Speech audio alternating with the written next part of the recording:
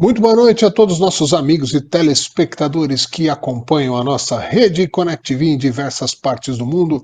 Estamos começando mais um UX da Questão, o programa que traz os comentários, as análises sobre política nacional brasileira e internacional, com foco principalmente nos Estados Unidos e Portugal e Europa, com cada um dos nossos comentaristas, nossos participantes deste nosso programa, trazendo as suas observações, as suas realidades em cada um dos seus lugares do mundo. Aí eu começo já as nossas apresentações com o professor Pilão, diretamente do Principado Independente de Moema. Seja muito bem-vindo, professor.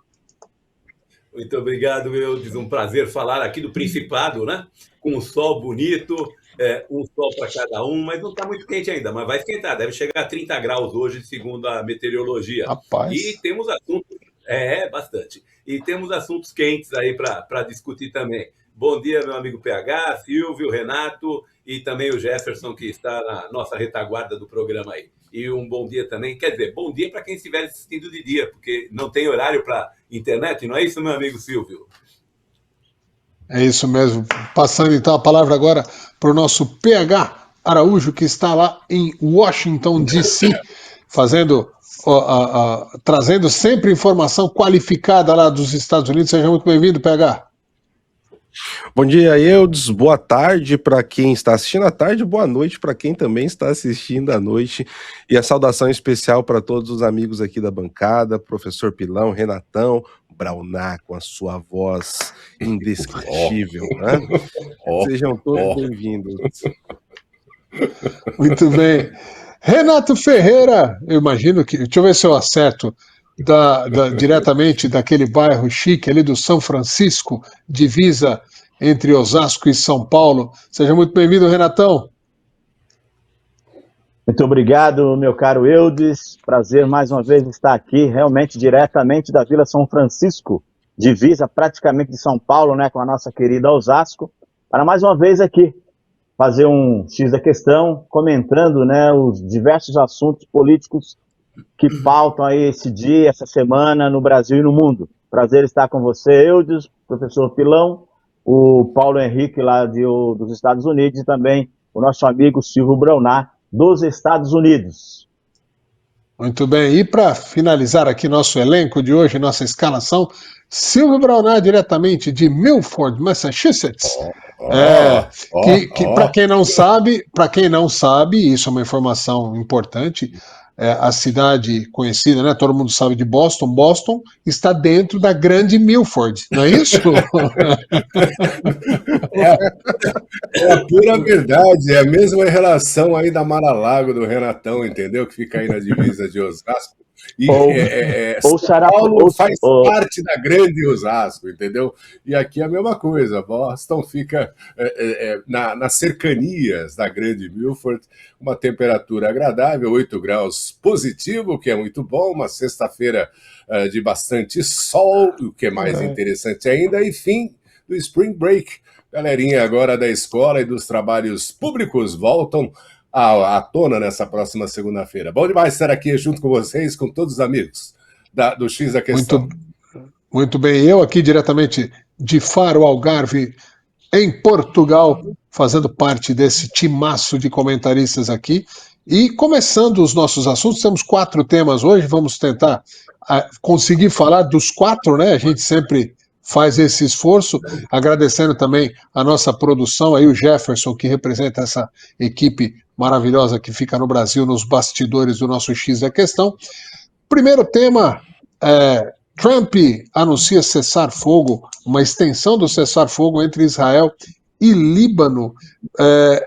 Este tema tem sido recorrente, essa história do cessa-fogo, volta, fecha extremo, abre extremo, foi até motivo de piada no final do último programa nosso, de crise de riso, mas Trump sendo Trump, né? O tempo todo, cada tweet, cada anúncio, cada palavra dele pode dar uma reviravolta. Eu começo com o PH Araújo. PH, diretamente, Israel e Líbano, esse cessar-fogo impacta de alguma maneira também vamos dizer, no cessar-fogo com o Irã, de alguma maneira isso distensiona os mercados de maneira geral, com a preocupação da exportação de petróleo, vamos dizer, da manutenção do abastecimento de energia para o mundo inteiro?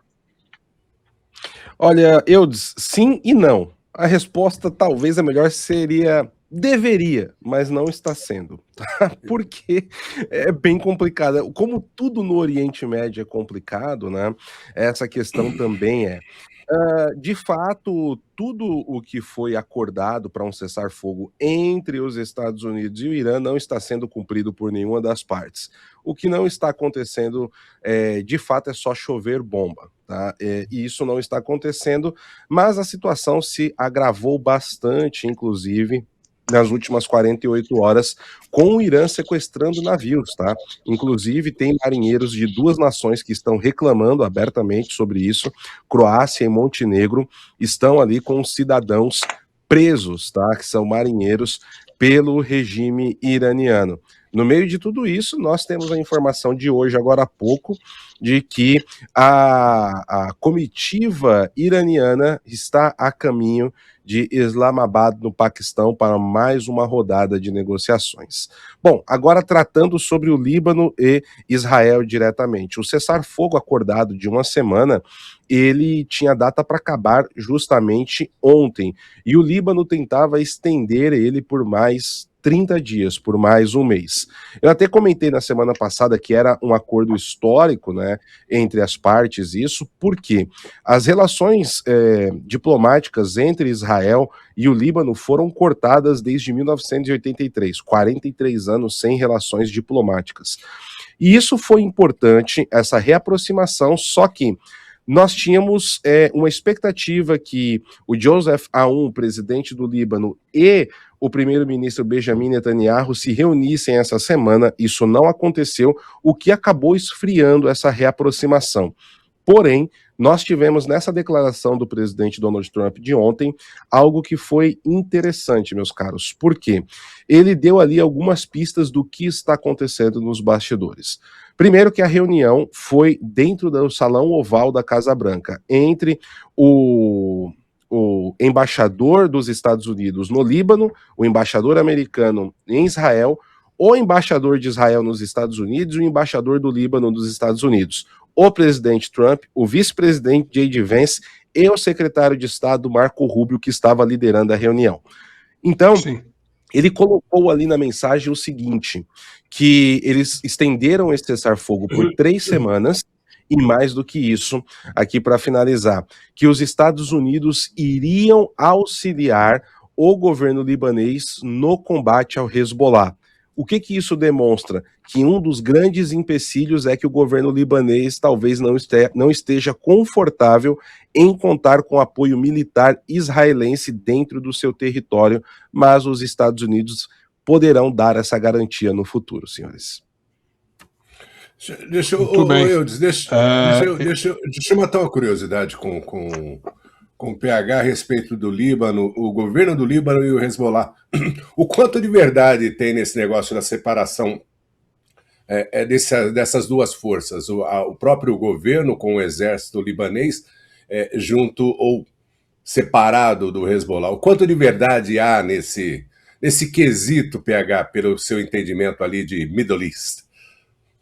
Olha, existe sim um enfrentamento entre as partes. Qual que é o grande problema, Brauná? Primeiro que o Hezbollah, eles também são um partido político. E como é parlamentarismo, semi-parlamentarismo, perdão, lá dentro do Líbano, isso acaba tendo uma influência muito grande deles no legislativo, tá? Mas, olhando por outro lado, falta um quesito que foi o mesmo problema que nós tivemos no Afeganistão. Por que o Talibã voltou tão rápido para o governo no Afeganistão? Porque eles tinham a motivação de quem estava com as armas. Os soldados do Afeganistão, eles eram ali praticamente funcionários públicos, que é mais ou menos o que acontece com o exército libanês. esse pessoal, eles não vão colocar a vida dele em risco e da família deles em risco diretamente para enfrentar os jihadistas. Então, falta força institucional para o governo libanês e força para o seu exército combater o Hezbollah, meu caro. Obrigado. Muito bem. Obrigado. Acho que esse é um tema que sempre o PH enriquece muito, né? Eu, pelo menos, gosto muito de ouvir, porque, conforme eu tenho dito, o tipo de análise e aprofundamento que ele traz de cada um dos temas faz com que a gente aprenda mesmo e vá para além das que a gente chama as linhas gordas, né, em Portugal, ou as manchetes no Brasil, que normalmente são acompanhadas de textos muito superficiais e normalmente preocupados só em politizar no sentido de Trump e anti-Trump, e não entrar a fundo nos temas como o PH acabou de fazer. Muito brevemente, professor,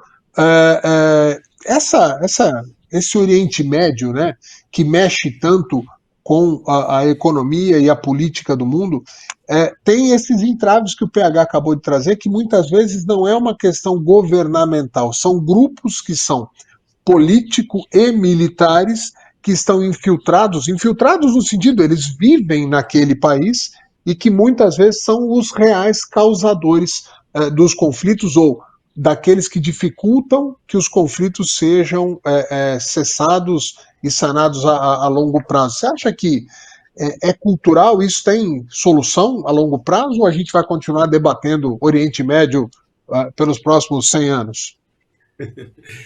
Eu acho que a longo prazo tudo tem solução. A longo prazo, sim, mas a médio e curto prazo, evidentemente que não. O que a gente tem são grupos terroristas, tem que falar o que é, não é outra coisa, são grupos terroristas.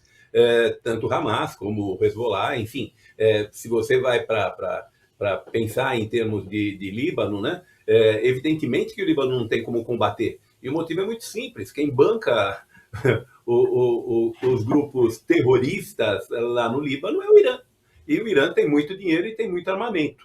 Talvez este seja o momento, e por que Israel está atacando tanto? Porque provavelmente esse seja o momento que eles estejam mais fragilizados, porque o Irã precisa dos seus armamentos para si. Então, como eles têm que se defender, eles não têm tanto como municiar o Hezbollah lá no Líbano, né? E talvez seja a forma mais não diria mais fraca, mais fácil, sim, mas talvez um pouco mais fraca a situação para eles, e consequentemente Israel está tentando se aproveitar desse sistema. Dá uma parada nesse momento em que está tentando se negociar o fim da guerra Líbano-Estados Unidos, eu acho que é importante. Por quê? Porque se você está negociando e de repente começa a cair bomba, o cara fala, não vou falar mais nada porque está caindo bomba. Então segura as bombas aí por enquanto, a gente sabe que não é nada mais do que isso que está acontecendo, mas segura as bombas aí por enquanto que pelo menos não tem o que falar. E aí eles vão discutir, vão sentar à mesa e ver o que é que acontece. Não entendo que vai ter uma solução muito rápida. Só uma observação, né? O mundo todo se agita, evidentemente, porque a gente tem lá o Estreito de Hormuz, né, que o Renatão teve uma sacada perfeita na semana passada e continuou abrindo e fechando, né, o Renatão? Não deve ter largado mais o estreito lá. Mas, de qualquer forma, para nós no Brasil, é sensacional essa guerra. Não sei por que os brasileiros estão reclamando. Está chovendo dólar aqui, o dólar está caindo todo dia. E por que está chovendo dólar? Porque o cara tem que mandar dinheiro para algum lugar. Quem investe não quer saber a cor que é o dinheiro, ele quer ganhar dinheiro. E o Brasil hoje é um cenário que permite isso. Nós temos uma bolsa muito barata, está entrando dinheiro na bolsa adoidado. O grande problema é que nós vamos de novo perder o trem da história, na minha opinião. Por quê? Porque nós estamos com o governo errado recebendo dinheiro certo. Se a gente tivesse um governo certo agora, quem sabe a gente não podia aproveitar aquilo que nós perdemos lá atrás com a China, né? Quando a gente teve o milagre chinês lá, que crescia 9% ao ano, era enxurrada de dinheiro que entrava aqui também. O motivo é simples, nós temos commodity. E se nós temos commodity, o mundo precisa de commodity, não tem jeito. Então vem dinheiro para cá. E o grande drama é que não acredito que esse governo vai saber aproveitar essa onda de novo positiva que nós temos aqui. Mas com relação ao cessar-fogo de lá de Israel e Líbano, sim, nesse momento ele é importante. Eu vou até fazer uma fazer um puxadinho nesse tema para falar com o Renato. Renato, um pouco dessa enxurrada de dólar, ela é causada, evidentemente, pela fuga de capitais desses lugares que estão mais em risco, mas um pouco também porque há uma leve, mediana, grande percepção de que o governo brasileiro pode ser mudado. Ou seja, as pesquisas mostram que, se era um local que estava, né, se era um país que estava condenado ao seu próprio governo, parece que pode mudar o jogo. E se mudar o jogo, talvez a gente consiga aproveitar um pouco deste momento de conflito no outro lado do mundo, que traz dólar para cá, que traz investimento para cá, já pensando numa possibilidade de mudança de governo. Estou sendo muito positivista ou isso pode estar acontecendo mesmo, Renato? Não, meu caro Eudes e queridos telespectadores da Connect TV, eu assino embaixo aí do seu otimismo também, porque a gente está vendo aí os principais eventos dessa pré-campanha no Brasil e o desgoverno Lula está, mais uma vez, firmando o pé aí na contramão da história, né, entendeu? A gente viu aí que, recentemente, o Flávio Bolsonaro, o principal candidato da direita, aí, muitos falam da extrema-direita, mas trouxe o nome Bolsonaro para essa campanha. E a gente viu recentemente em 2 eventos dele, né, PH na Europa, naquele evento da direita e também nos Estados Unidos, onde ele faz um discurso belo lá em inglês, inclusive. Então o mundo está mais aberto, está mais de olho no Brasil. Então essa chegada aí de mais dólares no Brasil tem a ver com a guerra, sim, mas eu acho que também passa por essa perspectivas de mudança aí que o mundo vê com possibilidades reais no Brasil em 2026, entendeu? Sim. Porque um outro sinal disso é o desespero do Lula, né? Essas brincadeirinhas que ele faz aí, que nem é de quinta série, mas falando do Trump, entendeu? Isso aí mostra por trás que eles estão desesperados, porque ele apostava numa vitória e tudo está indicando que não vai dar dessa vez não, hein? Não vai dar dessa vez não, porque o mundo está de olho, principalmente os olhos dos Estados Unidos estão aqui no Brasil. Muito bem. Silvio Braunar, para finalizar, esses terroristas, esses nomes, né, Hezbollah, Hamas, eles eram quase que demonizados há 10, 15, 20 anos nos Estados Unidos, a ponto de qualquer tipo de pesquisa não teria nenhum tipo de simpatia em relação a esses nomes. Isso mudou. No Brasil e nos Estados Unidos, você já vê gente com camiseta escrito o nome de grupo terrorista islâmico, e nós estamos falando disso tudo puxando dessa ponta lá de que o Líbano padece da força que antes era só financeira e poderio militar, e que hoje tem até uma força midiática, esses grupos. Ao redor do mundo, por incrível que pareça, tem gente que defende abertamente que é o direito de se defender do imperialismo americano. Nos Estados Unidos, isso também parece que acaba acontecendo. A tua percepção de quem está no solo aí, quem está nos Estados Unidos, é uma coisa real, ou seja, é uma percepção que essas pessoas têm erradas e que esses grupos estão se defendendo, ou é só vamos dizer, um espantalho, um tipo de criação com o objetivo exclusivo de atacar o Donald Trump? Porque parece que muitas das narrativas são distorcidas ou são intensificadas só com esse objetivo. Se o Trump amanhã sair e voltar um democrata, não, eles são terroristas mesmo. Aí volta atrás alguns desses discursos. Qual que é a tua percepção para finalizar, Silvio? É igualzinho a que o brasileiro tem do Bolsonaro, né? Tudo Bolsonaro, tudo Bolsonaro. É a mesma coisa, é o tal do derangement syndrome que o pessoal tem do Donald Trump aqui, como tinha do Bolsonaro, do Jair Bolsonaro, o presidente. É a mesma coisa, é financiado por grupos, não é nada orgânico. Isso aí é feito meritória diretamente, né, para essa mente mais culta, né? O pessoal que não é da pesquisa ignóbil. Gostou dessa palavra, PH? Ignóbil. São ignóbeis, né? Não tem conhecimento, eles não são, essa geração, ela é a menos preocupada em fazer pesquisa de fonte, não é nem da leitura da manchete ou das palavras gordas, como você diz aí em Portugal. É aquele pessoal que ouviu que alguém falou que é para dizer e passou a fazer a mesma coisa. É a tal da macaquice, a repetição, a gente chama de mock aqui nos Estados Unidos, né? E é a macaquice no Brasil, só repetindo a ação, né? Repetição porque ouviu dizer, porque achou bacana, então, mas não faz a menor ideia do que está fazendo.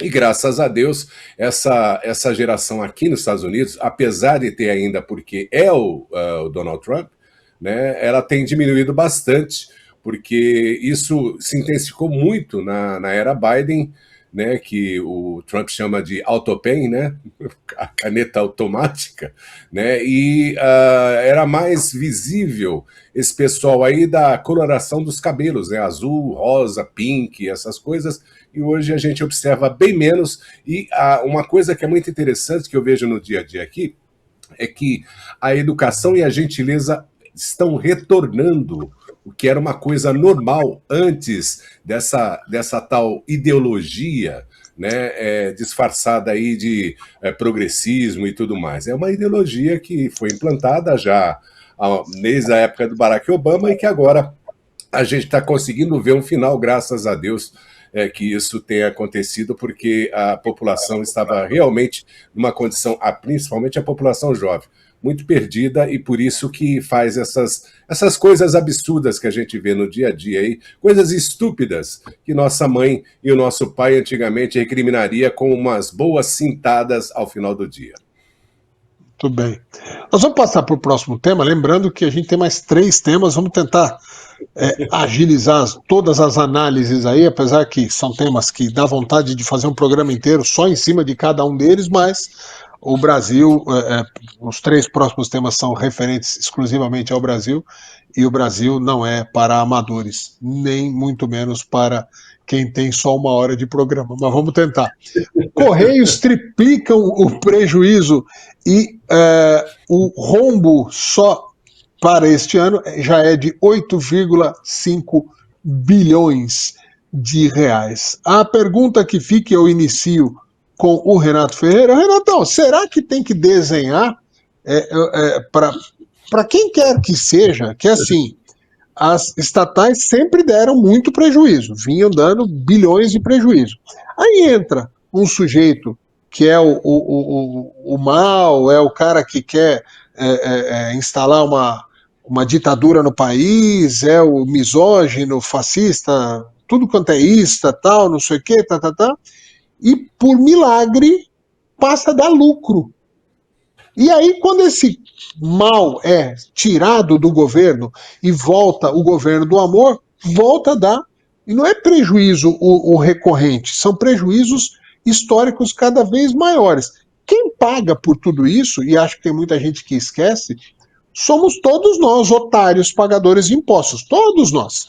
Porque quando dá prejuízo uma estatal, ela não deixa de pagar os seus fornecedores. Os idiotas aqui vão lá e pagam seus impostos, e eles são usados para isso, ao invés de usar para educação, para infraestrutura, para o crescimento do país. Renato, tem que desenhar para essa cambada? Eles são burros ou eles são só mau caráter mesmo? Eu acho que eles são apenas mau caráter, né? Mal intencionados, entendeu? Porque, de novo, os Correios, né? Porque todos os brasileiros de bom senso aí sabem que foram os Correios, né? A célula máter lá, onde iniciou o mensalão, né? Todo mundo lembra daquela imagem lá, o cara pegando dólares ali, ou recebendo dólares numa maleta, não é isso? Os Correios. E justamente os Correios agora, como você bem disse, no governo Bolsonaro, com pandemia, né, que afetou o mundo inteiro, os Correios voltaram a dar lucro. Os Correios não atrasavam as correspondências, né? Foi uma empresa praticamente recuperada. E não é por ser empresa estatal, ela tem que ser deficitária. Não. Se ela é uma empresa pública, de importância para o país, ela pode ser pública com gestores públicos, ela pode dar lucro, né? E aí para toda a nação, para todos os brasileiros.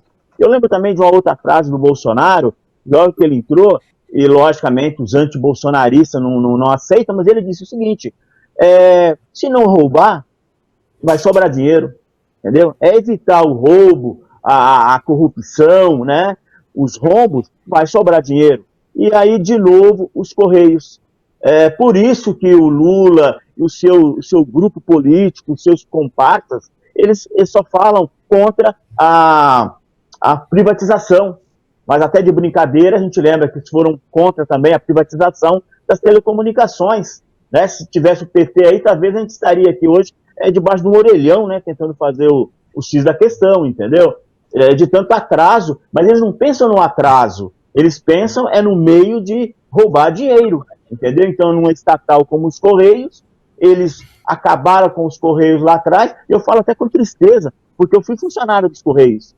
Todo mundo aqui lembra quando os Correios inauguraram a sede deles aqui na Leopoldina, bem perto de onde eu estou aqui, inclusive, eu fui ser funcionário dos Correios. Trabalhei lá 4 anos e pouco, quase 5 anos. É uma empresa importantíssima, né, para o país. Ela pode ser privatizada sim, vai continuar dando lucro, mas o Lula e a esquerda fajuta do Brasil pensam ao contrário, né? Eles querem que uma empresa dessa seja estatal justamente para eles fazerem um meio, porque é uma porta escancarada para a corrupção, e agora uma empresa dando esse prejuízo aí de 8 bilhões, né? 8 bilhões, é isso e pouco? 8,5. Do rombo dela agora. Pois é, falida, é lamentável que a gente tenha esse desgoverno acabando com as estatais, entendeu? E o governo aí, e o país aí nesse limbo, né, econômico, a gente está vendo, com prejuízo em tudo, e mais de 80% da população endividada.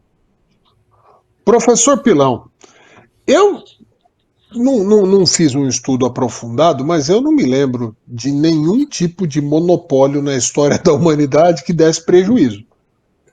Não, acho que se você montar uma fábrica de gelo no Alasca e você é o único que pode vender gelo, não tem como dar prejuízo. Você pode até não vender nada, porque já tem gelo disponível de graça ali.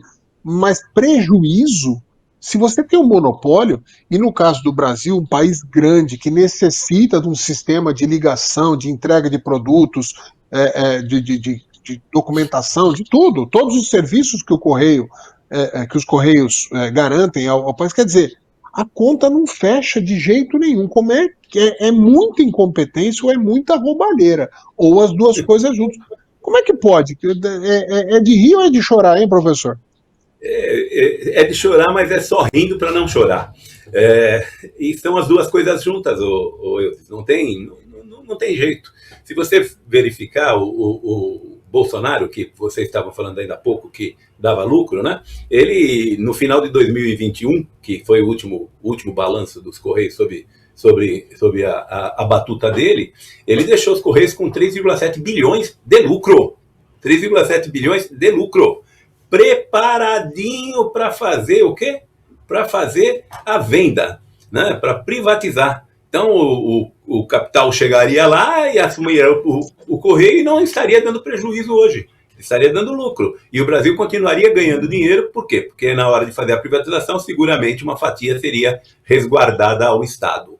Uma fatia menor, para que ele não tivesse capacidade de interferir nas decisões de gestão, mas estaria ganhando dinheiro ainda hoje. E, em contrapartida, ele está desde 2022 tendo prejuízo. São 14 balanços trimestrais, todos com prejuízo. Quando a gente está falando aqui agora que os Correios deram 8,5 bi de prejuízo, ou eu dizia, meus amigos PH, Silvio e Renato, na verdade nós estamos esquecendo que eles já pegaram 12 bi emprestados, com o nosso aval. Nós avalizamos o crédito, ou seja, eles não vão pagar, porque não tem lucro, então nós vamos pagar os 12 que eles pegaram também. E eles estão pedindo hoje mais 8, para poder equilibrar, senão, né, Silvio? Para poder equilibrar. Só uma observação que eu acho que é importante, né? Você perguntou pro Renato se a possibilidade de chegada de um novo governo poderia também estar interferindo nesse bom momento brasileiro. Não há dúvida. O mercado antecipa movimentos. O que o mercado faz? Ele antecipa movimentos. Se ele não percebe que pode ter um movimento favorável, mesmo sendo o Brasil da commodity, mesmo sendo o Brasil da maior parque de água doce do mundo, ele não viria. Ele vem porque ele entende que pode ser que tenha alguma coisa interessante na sequência. Tá? Então, o mercado trabalha com expectativa, né, Pilão? Sim, a expectativa, não tenha dúvida. A hora que alguém que não devia espirrar, espirra, meu amigo, derruba tudo. E agora que fala assim, ele sarou, sobe tudo. É assim que funciona. Então, é sempre com a expectativa, é sempre fazendo movimentos futuros. E os movimentos futuros, sim, batem na questão das pesquisas e etc., que mostram que o governo Lula está muito mal avaliado, né, mais de 52% de desaprovação, e que você tem o Flávio Bolsonaro na frente em várias pesquisas. Então, as duas coisas funcionam. E os Correios? Os Correios, eu acho que se voltar a ter gestão, ele volta a dar lucro. Mas hoje ele não é mais monopólio, né? Eu não sei vocês aí na Europa e nos Estados Unidos, mas eu comprei um controle remoto de televisão. Eu comprei antes de ontem. Eram, acho que umas 22 horas, mais ou menos, 21 a 22 horas. Às 15, estava na minha porta ontem. Às 15 horas, estava na minha porta ontem. Ou seja, a entrega foi feita com cerca de 17 horas. O Correio não tem essa agilidade. Então, hoje ele perde. Para as entregas, ele perde feio, porque ele não tem essa agilidade. Ele não é mais.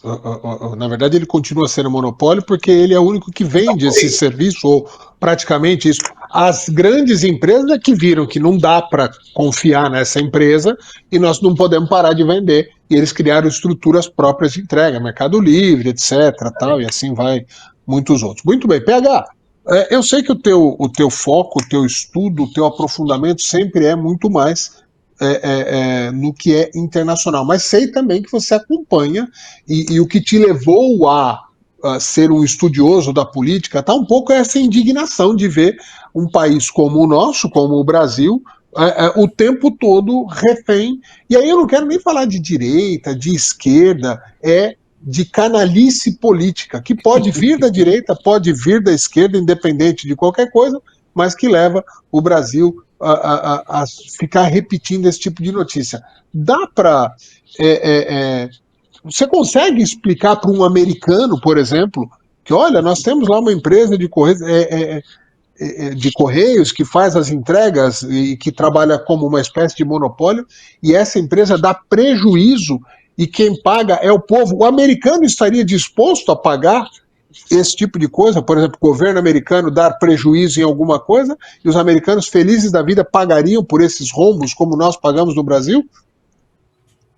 Olha, meu caro, se isso acontece aqui nos Estados Unidos, o cara é arrastado de dentro do escritório pela própria população, viu? O pessoal invade, pega ele pelo... Tô mentindo, Braunar? Não tô. De jeito o pessoal nenhum. invade, tira o cara e vão armado ainda, viu? Pra falar assim, estamos aqui para lutar pelos nossos direitos, tá? Com a arma o cara chega com a arma na cinta, né, PH? Aqui. Pois é, aqui o negócio, se for mais pro meio oeste, então, meu amigo, a situação fica complicada. Mas para exemplificar, eu quero só trazer aqui um relato de uma funcionária dos Correios, tá? Quando eu estava no Brasil e estava me preparando para vir para cá, eu estava indo muito no Correio, então você vai ali conversando com os funcionários. E eu comentei com ela, nossa, essa questão dessa crise que o Correio está passando, esses prejuízos. A funcionária, ela começou a contar a história, ela começou a chorar. 20 anos de casa, ela chorou, não estou exagerando. Ela falou o seguinte, olha, na época que o Bolsonaro era o presidente, por que ele conseguiu fazer que o Correio desse lucro? Eles cortaram muitos benefícios que os funcionários do Correio tinham. Tá? Então, assim, traduzindo, tinha muito penduricalho que o governo passou a faca. Por quê? Como é que você vai pagar benefício se está dando prejuízo? Né? Então, assim, para quem faz administração é uma coisa óbvia. Então ela relatou isso, né? Mas tudo bem, eu ouvi o que ela falou que tinha esses cortes, só que ela falou assim, só que agora, além do governo não ter voltado com boa parte dos benefícios que a gente tinha o governo Lula, eles estão destruindo os Correios. E aí ela me relatou uma coisa que eu achei impressionante, senhores. Por exemplo, ali ficava na cidade de Santana de Parnaíba, a agência onde eu estava, que é uma das cidades com o maior PIB concentrado do Brasil, tá? É uma das cidades mais ricas do Brasil. E eles ali tinham 6 carros de entrega do Sedex. Só tinha 2 funcionando e ainda assim com problemas mecânicos que os funcionários tinham que fazer gambiarra para não parar a operação de entregas e revezando os carros. 4 carros encostados, sem nenhuma perspectiva de manutenção. Esse é o retrato dos Correios hoje no Brasil, meus caros. A cultura... Pois não. Deixa eu só dar um testemunho também. Eu fui ao Correio para fazer uma devolução de produto comprado pela internet e eu levei aberto porque eu queria que, eventualmente, eles queriam ver o que é que tinha no pacote, enfim.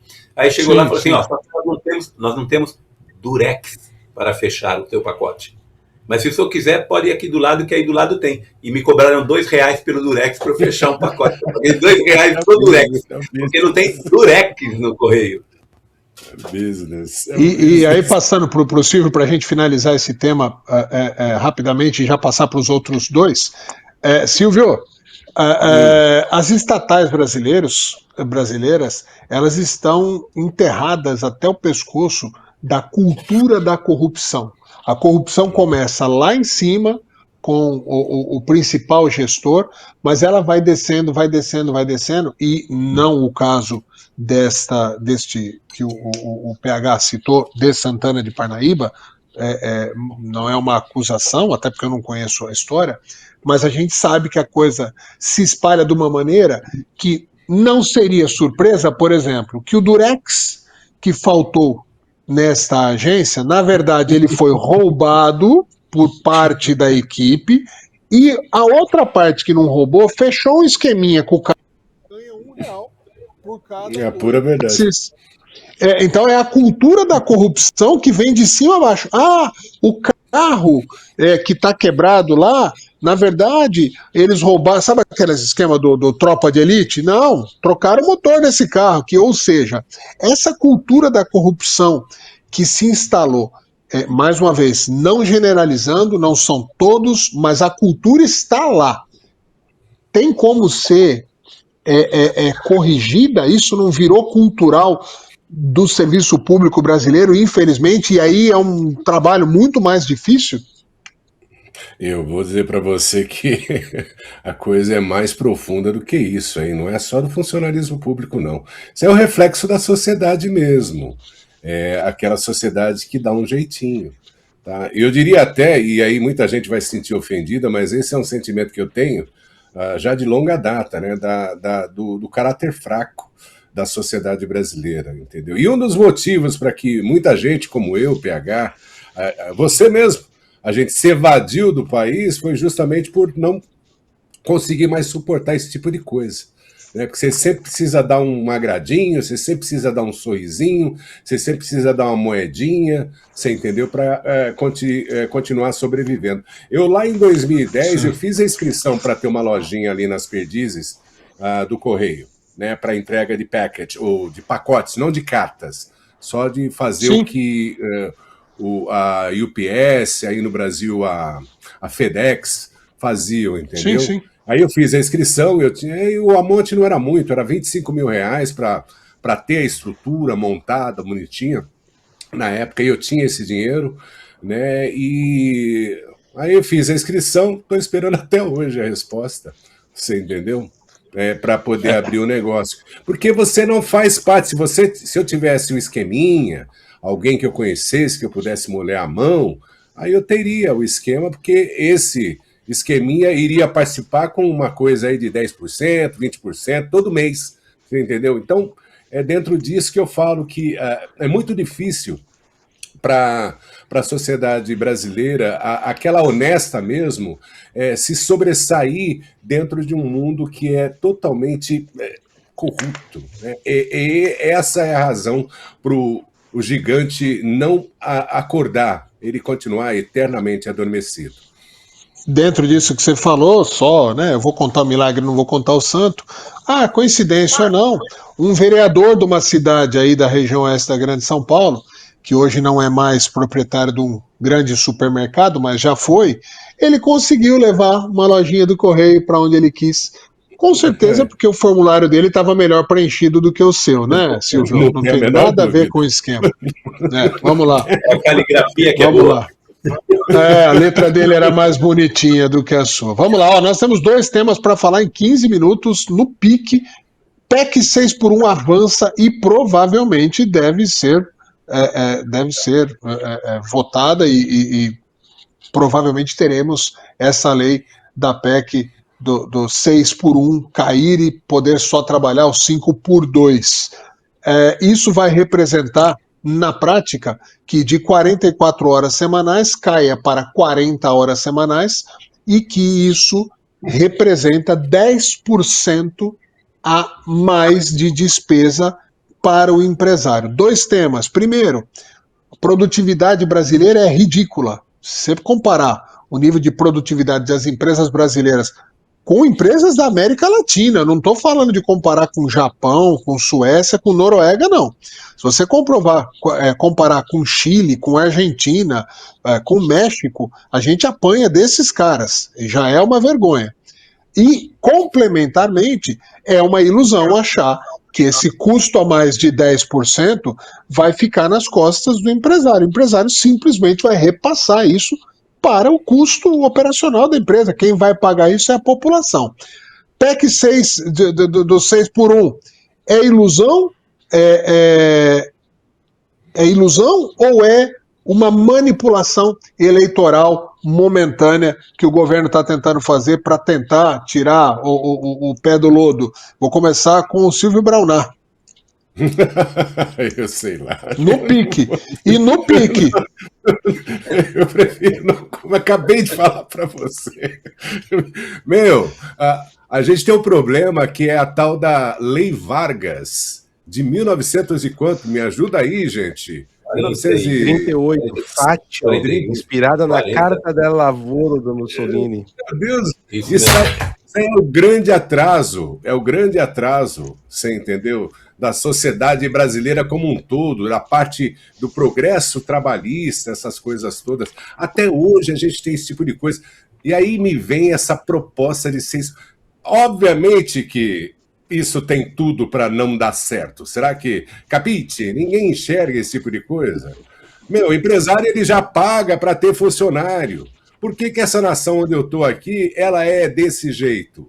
Porque é uma negociação direta, eu e você, eu disse, patrão, meu, não gostei da sua cara hoje, olha, vou te dar uma semaninha e tô picando a mula. Ou você, fala assim, olha, vou te dar uma semaninha e você arruma um outro lugar e acabou, não tem que ir em Ministério do Trabalho. Aí os caras me vêm com esse negócio de escala 6x1, aqui a escala é 7x7. Se você não trabalhar o 7, você não recebe, acabou. É isso. Meu, o que vai acontecer? Eu vou passar... a gente já tem uma crise de relação entre empregado e patrão. Colocaram na cabeça do coitado, do trabalhador, que ele tem direitos sobre a propriedade do patrão. Meu, para com isso. Meu, você vende o seu esforço.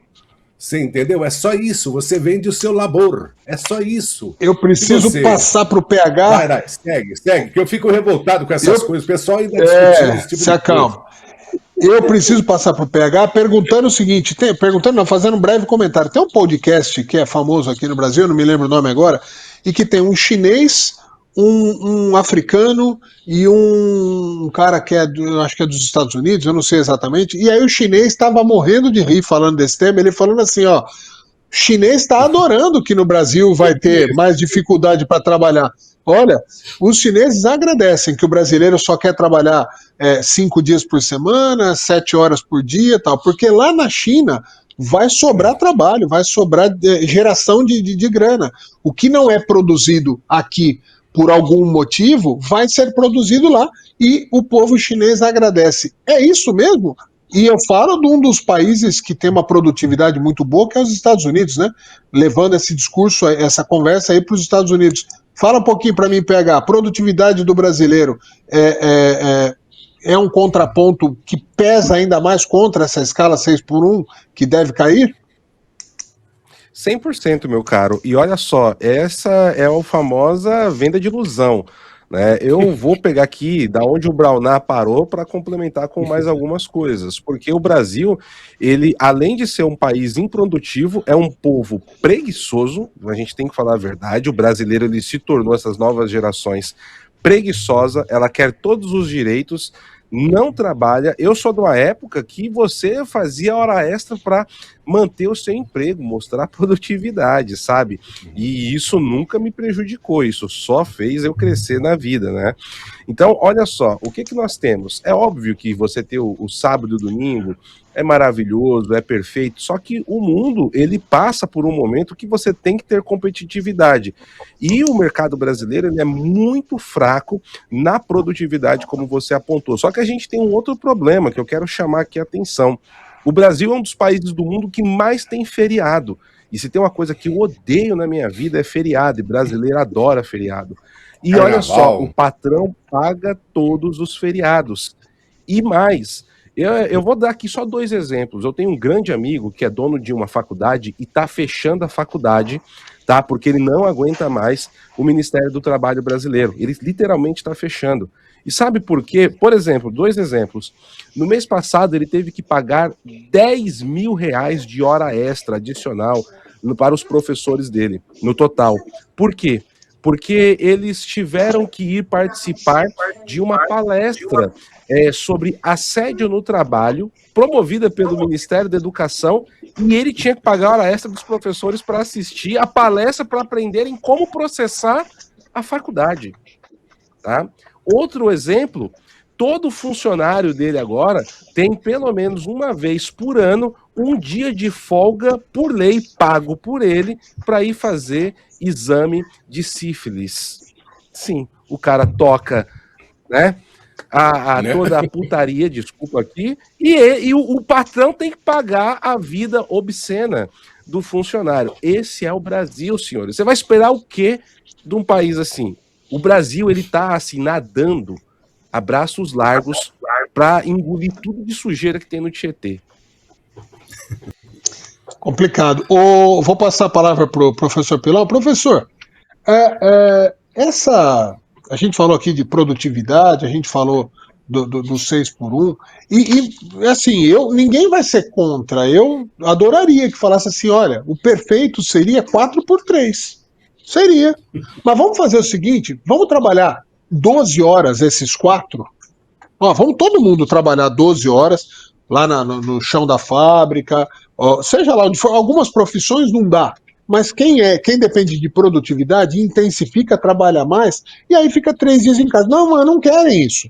Eles querem diminuir a carga, diminuir os dias, manter todos os direitos e ainda criar esses penduricários. O dia que pode fazer o exame. No Brasil tem uma coisa engraçada que aqui na Europa, quando você fala, eles nem entendem.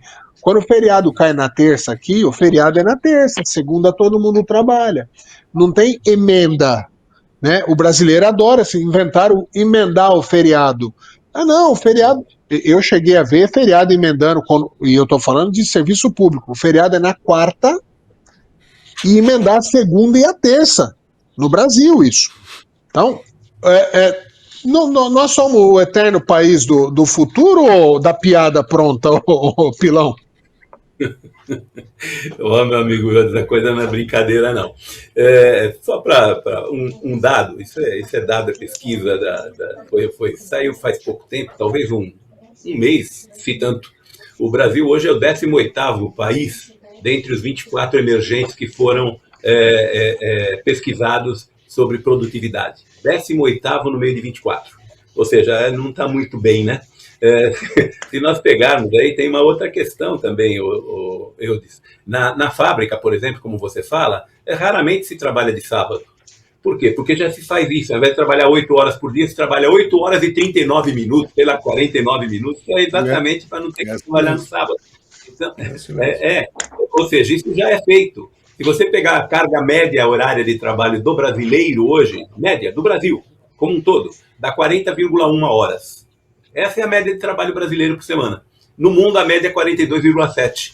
Ou seja, e a gente vai atrás de diminuir isso, né?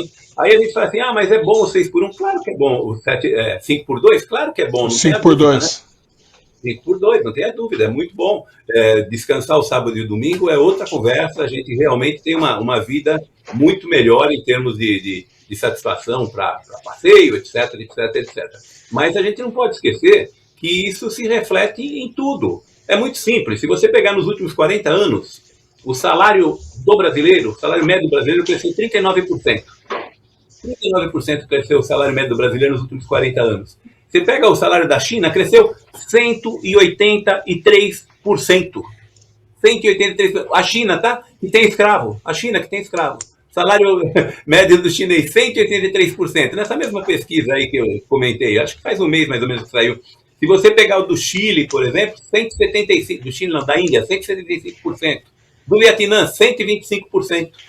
Entre os países, todos os países, da China, do Chile, enfim, dos outros países aqui da América do Sul, pelo menos 3 vezes mais do que o Brasil. Ora, agora você vai pegar e vai reduzir a carga de trabalho. O que é que vai acontecer? Vai cair PIB, vai cair emprego, vai cair tudo. Porque ou você vai pagar hora extra, além do seu salário por mês, ou repassar, evidentemente, ou você retrai o mercado, enfim. Coisa boa não é. É bom ficar em casa. Não tem como você negar. E será aprovado, não tem dúvida. A briga é para ver se quem aprova. Sim. Se quem aprova é o Congresso, mas será aprovado. Porque é eleitoral e é uma boa apelação política. Pois não, PH. Não, é no pique do rádio para complementar. É no pique do rádio para complementar. No meio de tudo isso, você tem a tal PEC da misoginia também, que estão querendo passar, que vai fazer com que muitas mulheres percam seus empregos, e mais do que isso, o que o governo quer fazer, aumentar os impostos nas importações, mais do que já aumentou, que vai quebrar vários pequenos negócios e empreendimentos, e além disso, vai ferrar com a vida dos entregadores e motoristas de aplicativos com regulamentação nessa área, acabando com a iniciativa privada também. Vai dar muito certo, viu? Vai dar muito certo. Ô, Renatão, esse projeto que já existia essa discussão há algum tempo, quem ressurgiu com isso, quem puxou para si a luta disso, foi a filósofa pensadora contemporânea Erika Hilton. Ela que retomou esse tema. E o Papai Lula, que é um sujeito que foi sindicalista, que tem fama de ter, por muitas vezes, entregado, feito acordo por fora e entregado os próprios companheiros, que não sabe como é que ele perdeu o dedo, porque ele já contou de 2 ou 3 maneiras diferentes, mas depois que perdeu o dedo foi para a Caixa e não trabalhou mais, quer dizer, um cara que carteira assinada para ele não diz muito, e que tem lá nesse grupo também o Boulos, que na última eleição paulistana fugiu, né, igual o diabo foge da cruz, de uma carteira de trabalho mostrada pelo Pablo Marçal. Esse conjunto de pessoas está fazendo isso com uma finalidade política. Eu queria que você comentasse muito brevemente, para a gente passar para o próximo tema, mas esse enfoque que me parece meramente político e que muitas vezes não consegue ter um debate a sério, porque quando eu vejo algumas pessoas que não querem esse projeto do 6 por 1 falando de produtividade, falando das dificuldades, usando termos técnicos, do lado de lá, a desculpa é sempre assim, o trabalhador também é gente, o patrão só quer saber do lucro, quer dizer, nada de conteúdo técnico, exclusivamente a tal da guerra das narrativas. Fala brevemente sobre isso, Renato. Olha, meu caro Eudes, é o seguinte, se a gente fosse fazer um texto aqui jornalístico, né, começar aí tacando uma manchete, é o seguinte, a escala 6 por 1 vai significar desemprego, entendeu? E é um projeto eleitoreiro e que nenhum deputado agora, o senador, vai falar contra, não, faltando aí 5, 6 meses para a eleição. Mas o brasileiro vive nessa incoerência sobre um governo que quer sempre deixar o povo na pobreza, para ele, a maioria, né, absoluta, para dominar e eles continuarem no poder. É muito claro esse projeto eleitoreiro aí, trazido aí ressuscitado aí pela Erika Hilton, né, que a gente, inclusive, é crime se falar que ela não é homem natural, não é isso? Tá lá agora presidindo a Comissão das Mulheres. Mas são coisas para outros temas, não é isso? Sobre a 6x1, eu poderia falar de cátedra, porque é o seguinte, eu só trabalhei nos primeiros 4 anos com carteira registrada trabalhando 8 horas, entendeu? E depois disso, até pela função, talvez facilita, sempre trabalhei em 2, 3 empregos, entendeu?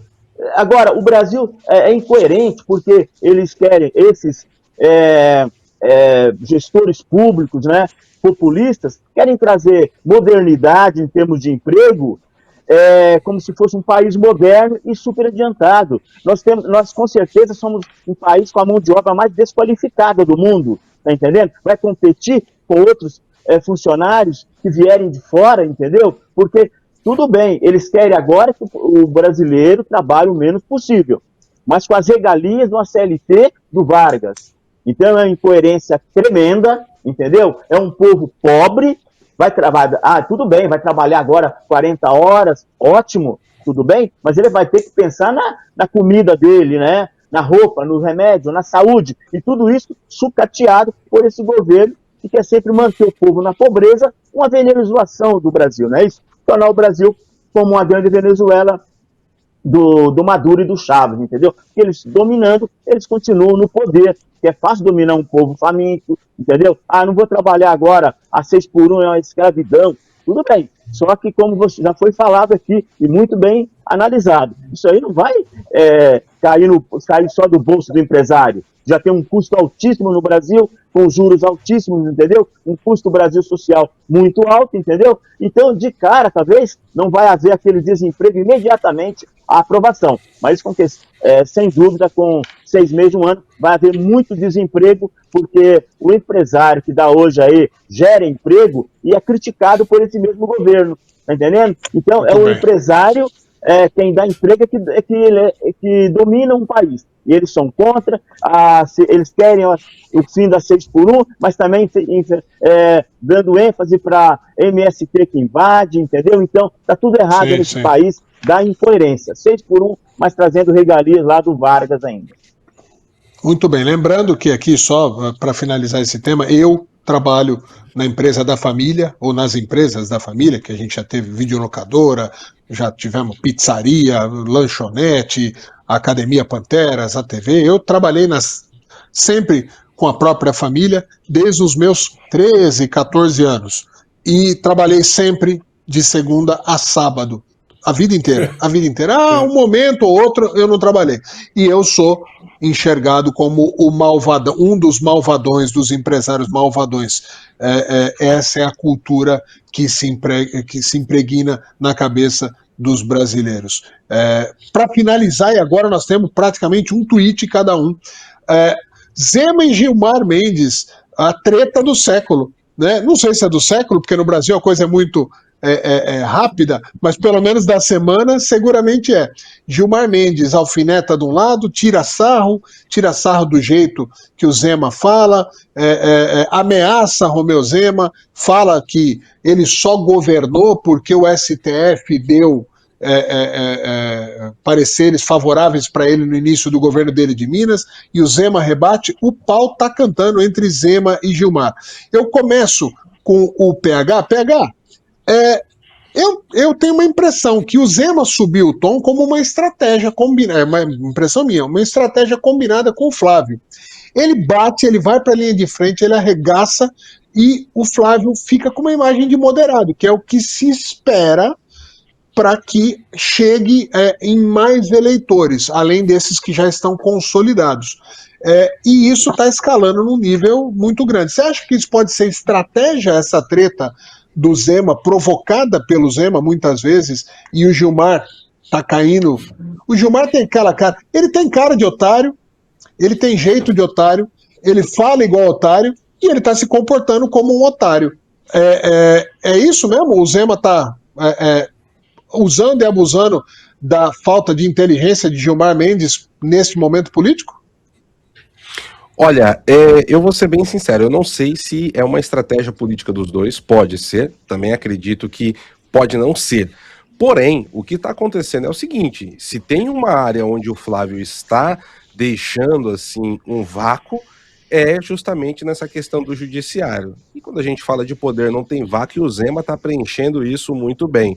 E aqui, essa série Os Intocáveis, na verdade, não é algo original, tá? Isso foi inspirado em uma página do Instagram chamada Puppet Regimes, que é sensacional, recomendo pesquisarem no Instagram, eu acompanho já há bastante tempo, e eu fiquei surpreso que eles utilizaram toda a estrutura do Puppet Regimes para fazer esse caso aí do Brasil. O grande problema é que nós sabemos, todo mundo aqui foi daquela quinta série, a gente já passou dos 40, que não tinha muita frescurinha na escola. Se você encana com um apelido ou com uma zoação, aí que pega. O Gilmar Mendes caiu nisso. Gilmar, larga a mão de ser juvenil, pera com leite, meu filho. Deixa o pau torar na zoeira. Sabe? Então, assim, ele entrou num embate que ele não deveria, tá sendo muito ruim, e olha, o Zema deu uma crescida de 1 para 6%, e não sei não, viu? Talvez ele tome gosto e o Flávio que se cuide. O Flávio que se cuide, porque talvez nos nossos amigos aí que são mais raiz do bolsonarismo pode não gostar de ouvir isso, mas olha, o crescimento do Zema foi surpreendente, e a forma que ele está combatendo. Vale lembrar que foi isso que fez o Jair Bolsonaro ser eleito em 2018, justamente esse perfil. No último caso, pode ser bom também se de repente o Zema se tornar o vice do Flávio Bolsonaro. E aí, meus amigos, eu acho que a eleição tá ganha, viu? É essa a minha percepção, que isso já está combinado. O Caiado sai por conta mesmo, o Zema cola com o Flávio. É uma percepção minha, que pode ser até uma estratégia do Zema.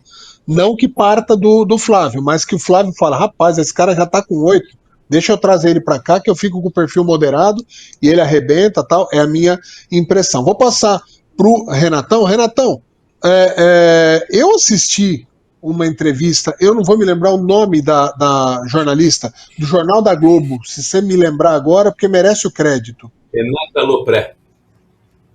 Renata Lopré. A Renata Lopré colocou o Gilmar Mendes como um garoto de 12 anos tentando fingir que esqueceu a lição de casa no carro do pai. Ele não fez a lição, mas ela tratou ele com uma dureza, mas uma dureza educada, gentil, mas com uma firmeza professoral. E o Gilmar Mendes parecia um garotinho mentindo que fez o dever de casa. Quem tiver oportunidade, procura na internet essa entrevista. Tratou o Gilmar Mendes como ele deve ser tratado, como um moleque que está achando que só tem palhaço no Brasil. A imprensa, ou pelo menos parte da grande imprensa, viu que fez bobagem e está recuando, ou você ainda entende que não?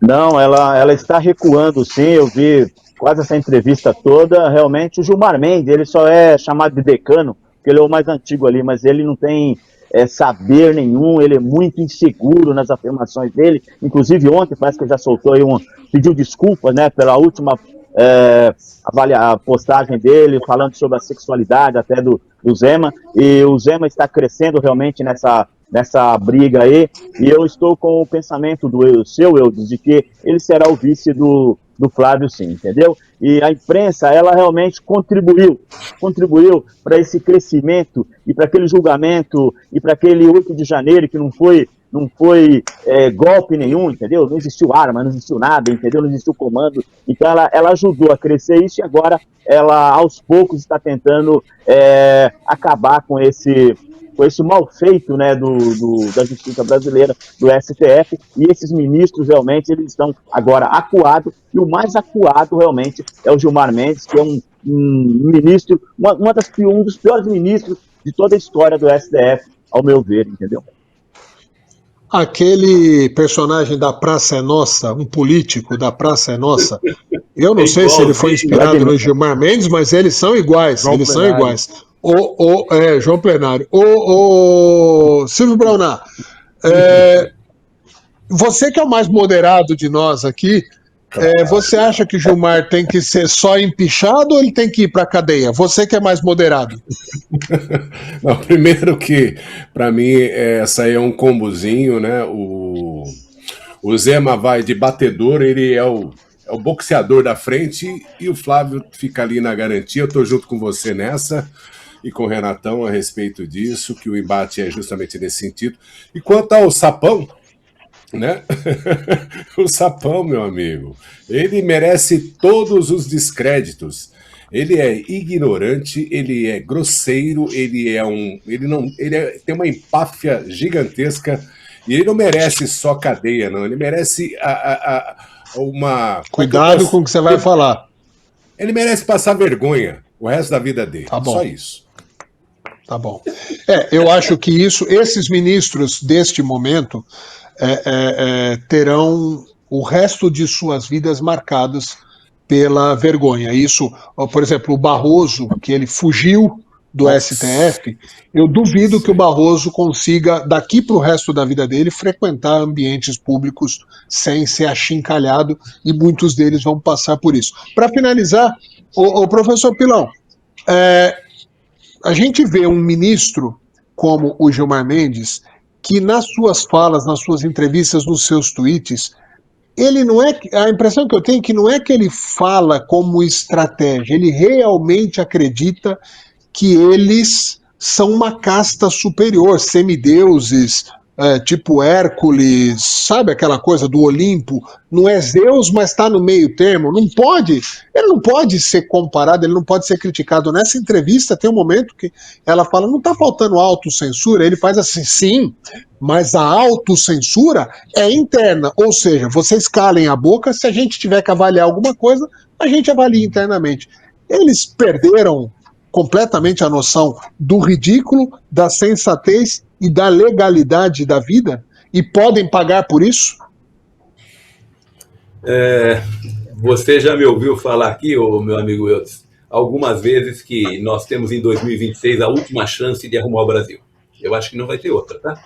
Ou a gente consegue eleger um Senado muito, mas muito bem afinado com os aspectos legais da Constituição, um pouco mais à direita, ou nós não vamos conseguir arrumar mais o Brasil. É a última oportunidade. Se a gente não fizer neste ano, não teremos outra. Mais 4 anos, sim, o Brasil não aguenta. Isso é um ponto pacífico. Não aguenta. E com relação ao hã? Não sei, o Brasil já aguenta 40 anos já, no sentido de 50. Não, mas ladeira abaixo aguenta, claro. Ladeira abaixo não precisa de motor, né? Ladeira abaixo não precisa de motor, ladeira abaixo aguenta. Estou falando que não aguenta mais tentar continuar patinando e não conseguir subir. Ladeira abaixo, tudo bem, solta que desce. E com relação ao Gilmar Mendes, a gente não pode se esquecer que ele já deu 620 habeas corpus, que vão desde traficantes até empresas. Ele dá habeas corpus para a empresa. Ele deu habeas corpus para a empresa do Toffoli. Quer dizer, a ilegalidade, eu acho que é o nome. Eles não estão preocupados com a legalidade, eles estão preocupados em se salvaguardar. E eu queria realmente dizer que fazia muito tempo que eu não vi um jornalista entrevistar alguém do Supremo. Muito tempo que eu não vi alguém entrevistar. A Renata Lopré entrevistou o Gilmar Mendes. Ele não respondeu porque ele não conseguia responder. Mas ela não deixou de fazer uma única pergunta sequer. Encostou ele no corner e ficou batendo. E batendo firmemente, como você disse, com educação. Só me desculpe, senhor ministro, mas escuta, quer dizer que agora vamos ressuscitar, que não pode mais fazer delação premiada? Mas a gente tem que lembrar que há menos de 4 anos atrás, há menos de 2 anos atrás, a do Cid valeu. A do Coronel Cid valeu. A do Cid não vale agora, porque é contra o Supremo Tribunal, né? Ou seja, realmente ela está de parabéns, é alguém que eu não gosto pessoalmente, não tenho simpatia por ela, eu acho que ela é asquerosa sob o ponto de vista de esquerda, é extrema esquerda da extrema esquerda, mas nessa ela esteve bem, nessa ela tem os meus parabéns. Mas é isso, eu tenho a impressão que alguma coisa acontece desde que em outubro a gente tem uma boa eleição. Caso contrário, absolutamente nada e continua tudo como está. Quem se lembra do Clube do Mickey que passava no SBT à noite? O finalzinho era já chegou a hora do programa terminar. E a gente só vai ter tempo de falar tchau aqui, ó. Então é hora de dar tchau. Não dá tempo nem de passar a palavra para nenhum de vocês. Muito obrigado, porque o Jefferson tá brigando comigo, com toda a razão. Um programa espetacular, análises cada vez melhores. Vocês são craques. Os craques do jogo são vocês. Muito obrigado mais uma vez à nossa audiência também. Semana que vem tem mais o X da Questão. Um abraço para todos vocês. Valeu! Valeu!